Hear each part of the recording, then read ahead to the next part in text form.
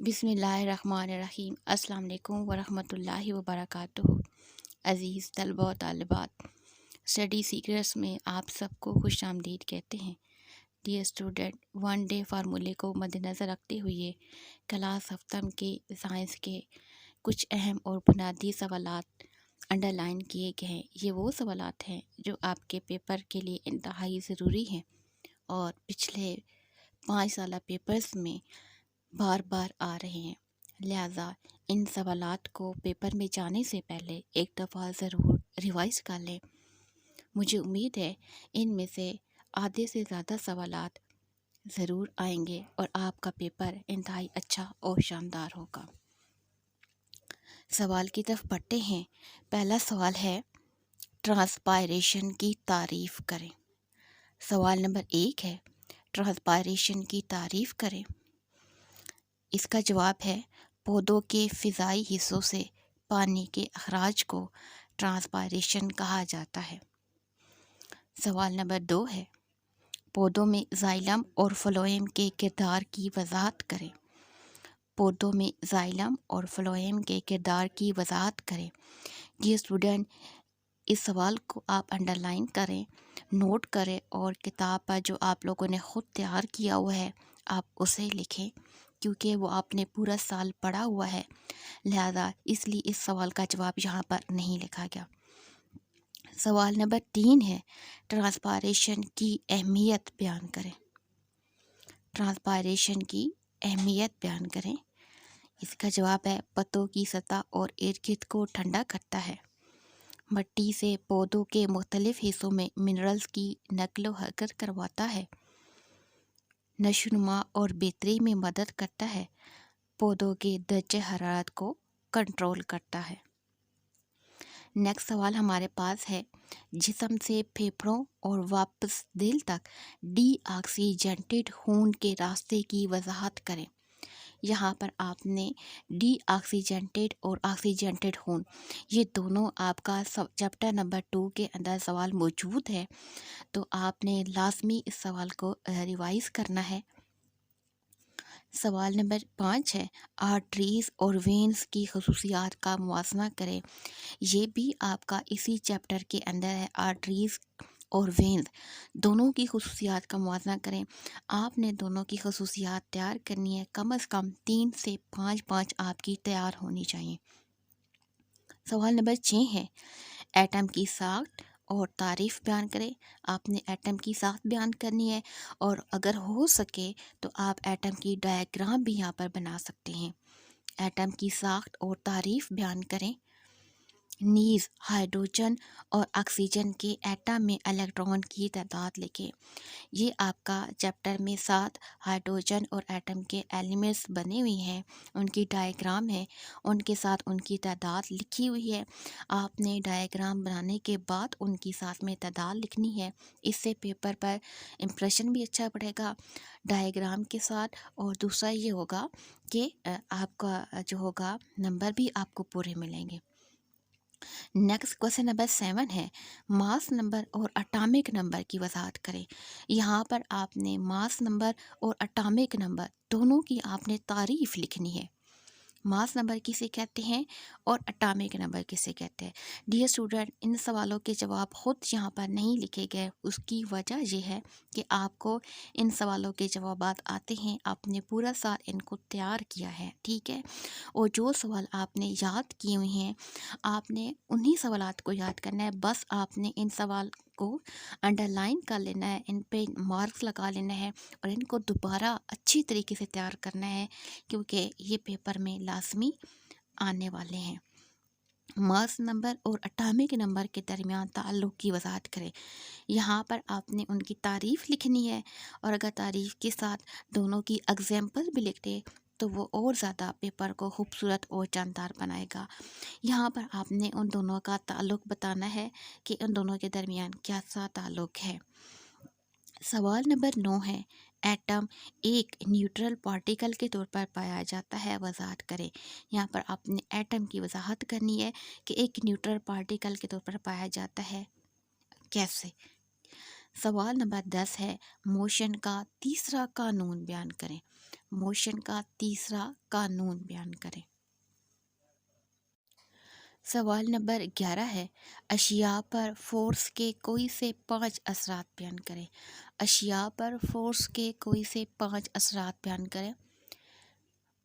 اس کا جواب یہاں پر دیا گیا ہے، فورس اشیاء کو حرکت دیتی ہے، فورس حرکت کرتی ہوئی اشیاء کو روکتی ہے، فورس حرکت کرتی ہوئی شے کی رفتار کو تبدیل کرتی ہے، فورس کسی شے کی شکل تبدیل کرتی ہے، فورس حرکت کرتی ہوئی شے کی سمت تبدیل کرتی ہے۔ یہاں پر فورس اشیاء کے 5 اثرات بہت ہی آسان انداز میں بیان کیے گئے ہیں۔ آپ نے اگر اپنی کتاب سے تیار کی ہوئی ہیں، پہلے یاد ہیں، تو آپ نے وہی یاد کرنے ہیں، بس آپ لوگوں نے صرف سوال نوٹ کر لینے ہیں تاکہ پیپر میں جانے سے پہلے آپ ان سوالات کو جو ہے ایک دفعہ ضرور ریوائز کر لیں۔ نیکسٹ سوال ہمارے پاس ہے، 3 نان میگنیٹک فورسز کے نام لکھیں۔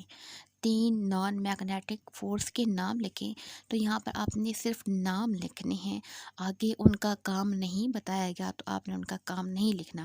لیکن اگر آپ لوگوں کے پاس ٹائم ہے تو پھر آپ اس کے ساتھ اس کا ایک ایک کام اور اس کی ایگزامپل جو ہے یا اہمیت آپ ساتھ لکھ سکتے ہیں، لیکن یہ بات آپ کے ٹائم پر ڈیپینڈ کرتی ہے کہ پیپر میں آپ کے پاس کتنا ٹائم ہے۔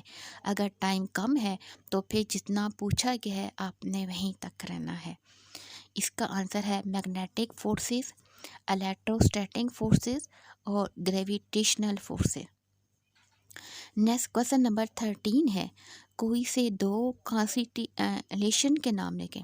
کوئی سے 2 کانسٹیلیشن کے نام لکھیں، تو یہاں پر 3 نام دیے گئے، ایک ہے لیو، ایک ہے گریٹ بیئر اور ایک ہے اوریون۔ نیکسٹ کویسچن ہے، ماس اور اوزون میں فرق لکھیں۔ ماس اور اوزون میں، اچھا فرق لکھنے کے 2 طریقے ہیں۔ ایک طریقہ تو یہاں پر بتایا گیا ہے ماس اور اوزون، آپ پہلے ماس لکھیں گے اور ماس کے فرق لکھیں گے، پھر دوسری جگہ پہ آپ اوزون لکھیں گے اور اس کا فرق لکھیں گے۔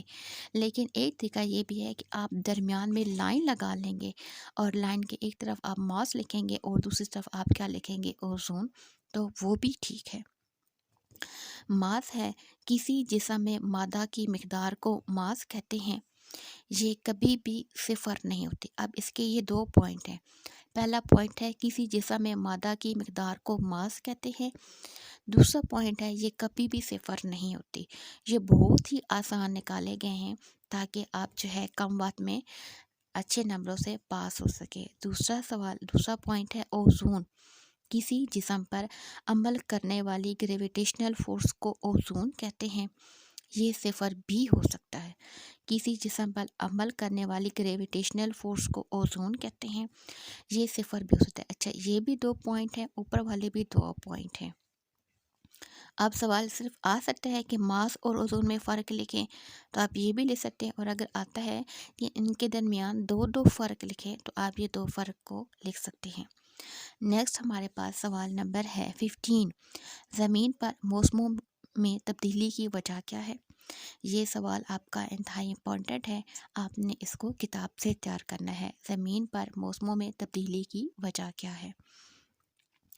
نیکسٹ کویسچن نمبر ہمارے پاس ہے 16، ان 4 عوامل کے نام لکھیں۔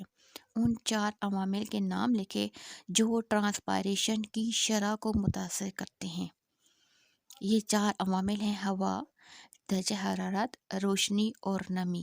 آپ نے صرف ان کے نام لکھنے، ان 4 عوامل کے نام لکھیں جو ٹرانسپائریشن کی شرح کو متاثر کرتے ہیں۔ آپشن اے ہوا، آپشن بی درجہ حرارت، اور 3 ہے روشنی اور 4 ہے نمی۔ بچوں سائنس کے پیپر میں آپ نے ایک بات کا خیال رکھنا ہے کہ آپ نے سوالات کو بہت غور سے پڑھنا ہے۔ بعض اوقات سوالات ایک جیسے بھی ہوتے ہیں تو آپ نے ان کا جواب سوچ سمجھ کر پھر دینا ہے۔